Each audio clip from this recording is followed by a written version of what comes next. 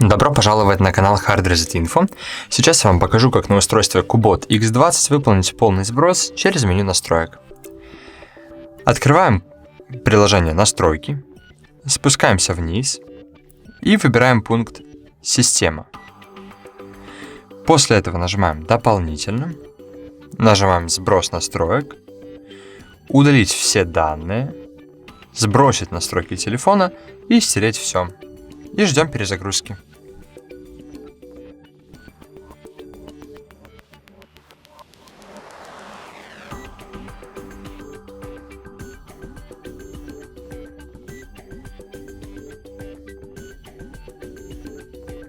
Ну что ж, на этом все. Спасибо большое за просмотр. Ставьте лайки, подписывайтесь на канал. И до скорых встреч. До свидания.